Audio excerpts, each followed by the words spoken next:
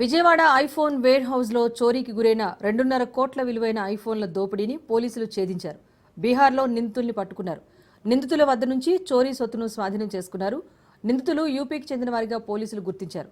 స్వాధీనం చేసుకున్న ఫోన్ల విలువ దాదాపు 2,50,00,000 పైనే ఉంటుందని పోలీసులు తెలిపారు. మొత్తం 271 ఫోన్లు, 101 లెనోవా ట్యాబ్స్ను రికవరీ చేశారు పోలీసులు. కాగా విజయవాడలో హైవే మీద ఉన్న గోడౌన్లో నిందితులు చోరీకి పాల్పడ్డారు. గోడౌన్ పై భాగంలో ఉన్న రేకుల్ని కత్తిరించి అందులోకి ప్రవేశించారు. అట్టపెట్టెల్లో ఉన్న 373 వస్తువులను చోరీ చేశారు. సీసీటీవీలో నిందితుల్లో ఒకరితో పాటు తెల్ల ఎర్టిగా కారును కూడా గుర్తించారు. కారును సాంకేతిక పరిజ్ఞానంతో యూపీకి చెందిన వాహనంగా గుర్తించడంతో కేసును ఛేదించగలిగారు ఏపీ పోలీసులు.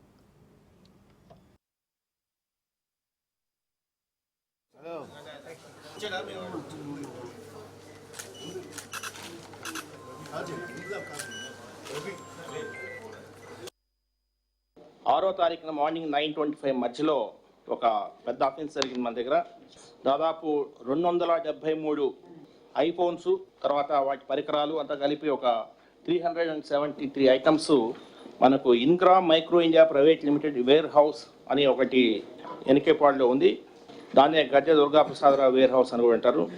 ఆ వేర్ హౌస్లో పైన రేకులు ఉంటాయి. ఆ రేకులను కోసి లోపలికి ఒక గ్యాంగ్ లోపలికి ఎంటర్ అయ్యి సెల్ ఫోన్స్ దొంగతనం చేయడం జరిగింది. మనకు 6వ తారీఖున సాయంత్రం 4 గంటలకి మనకు దీని గురించి రిపోర్ట్ రావడం జరిగింది. అంటే 5 midnight ఎప్పుడైతే వాళ్ళు చూసుకొని కొద్దిగా లేట్ అయ్యి 6వ తేదీ ఈవినింగ్ 4 గంటలకి వారు మనకి చెప్పడం జరిగింది, రిపోర్ట్ చేయడం జరిగింది. సో దాని మేరకు చాలా టీమ్స్ ఏర్పాటు చేసి, ఇది ఒక క్లాసిక్ కేసు ఇది. ఎందుకంటే పోలీస్ శాఖలో సమన్వయం ఉంటే ఎలాగా రిజల్ట్స్ వస్తాయి, అదేవిధంగా టెక్నాలజీ ఉపయోగిస్తే ఎలాంటి రిజల్ట్స్ వస్తాయి అనేది ఈ కేసులో చాలా విస్పష్టంగా కనిపిస్తుంది. ముఖ్యంగా 6వ తారీఖున 4 గంటలకి మనకు అఫెన్స్ అయితే 7వ తారీఖున దాదాపు 12-1 గంట మధ్యలో ముద్దాయిల్ని ససారం అనే ప్లేస్లో మనము ముద్దాయిల్ని బీహార్ పోలీస్ హెల్ప్ తీసుకొని మనము డెహ్రీ జిల్లా ఎస్పీ గారు రోషన్ కుమార్ గారు, అదేవిధంగా శివసాగర్ పోలీస్ స్టేషన్ అధికారి నితీష్ కుమార్ సింగ్, వీరి హెల్ప్ తీసుకునేసి ఈ ముద్దాయిలు